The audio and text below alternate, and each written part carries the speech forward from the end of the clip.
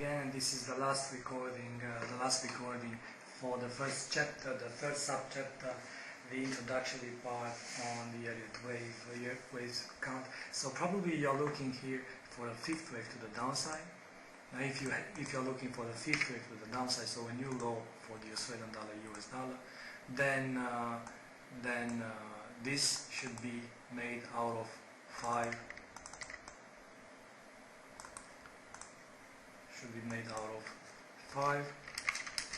different waves of this degree. Okay, let's make only the writing a little bit smaller so that we are still having enough space here. Now these were two examples on the euro dollar and Australian dollar, US dollar, what to look for. But if you can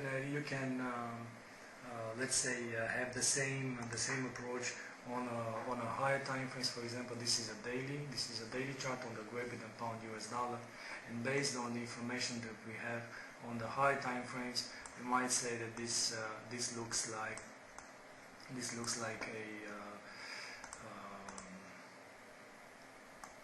a wedge to the downside. Okay. And until these trend lines are going to be broken, then we might just stay and make a new low, so stay in the same wedge. Now, this being a wedge, it might be very much that this is only a first wave to the downside. So let's say that this might be a one of this degree. Then a second wave here, then a third wave here, and until the trend lines are being broken, they should be respected for what they are, trend lines, the line of a trend, and a fourth wave here, and then you're looking for a fifth wave to the downside, something like this. Now each and every possible wave of this structure is being followed normally, so the second wave here should be made out of, let's say here, of different waves of a smaller degree, so 2 would equal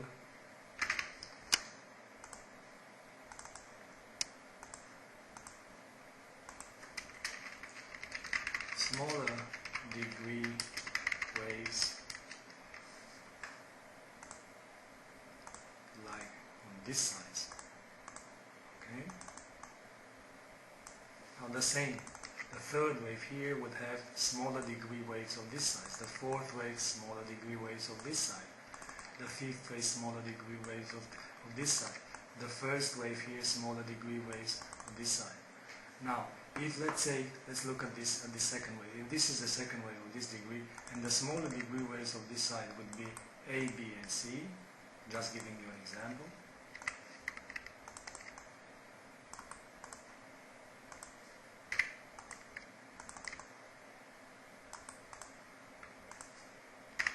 Then each and every wave out of this degree should equal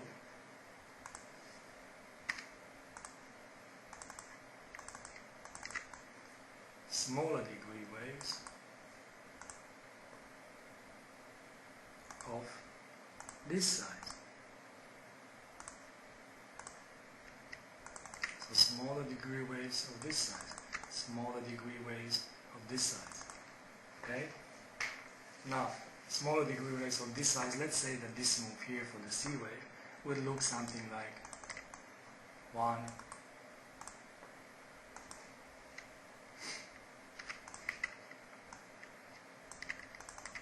2,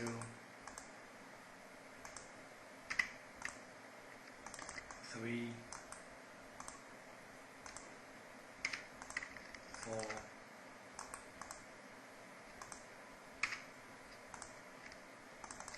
and 5.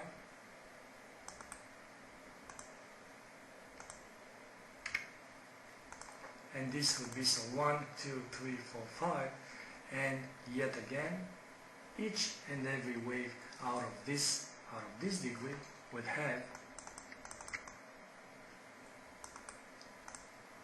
smaller degree waves of an even lower size. So smaller degree waves, smaller degree waves, smaller degree waves of this side, and of this size, and of this size. Now, it depends very much when you're looking for the smaller cycle to put numbers. It depends very much on what kind of a wave are you. For example, this is a fourth wave. Now, in a fourth wave, you can't say from the beginning that this should be corrected with a 3 waves down, like I told you at the beginning of this chapter. 5 moves up, corrected with 3 waves down, because fourth waves can have different forms. They can be complex move. It can be a triangle. Now here, it doesn't really look to be a triangle. It looks more likely to be a zigzag. So it might be something like an ABC of this degree.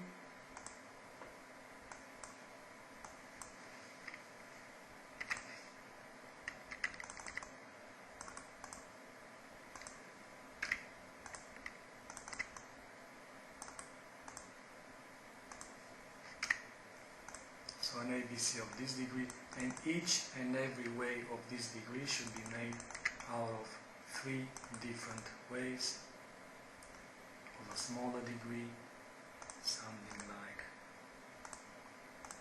like this. So smaller degree waves, smaller degree waves, and smaller degree waves. And the list can go on and on and on. Now I just gave you an example with a potential scenario for the gravity compound on the daily chart.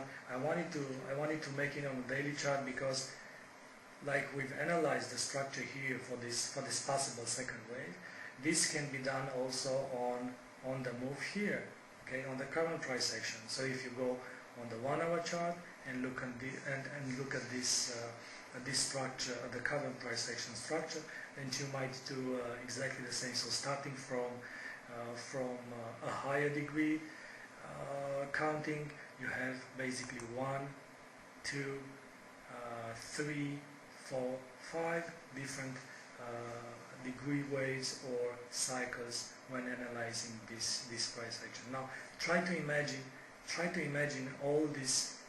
Let me delete everything that we have here.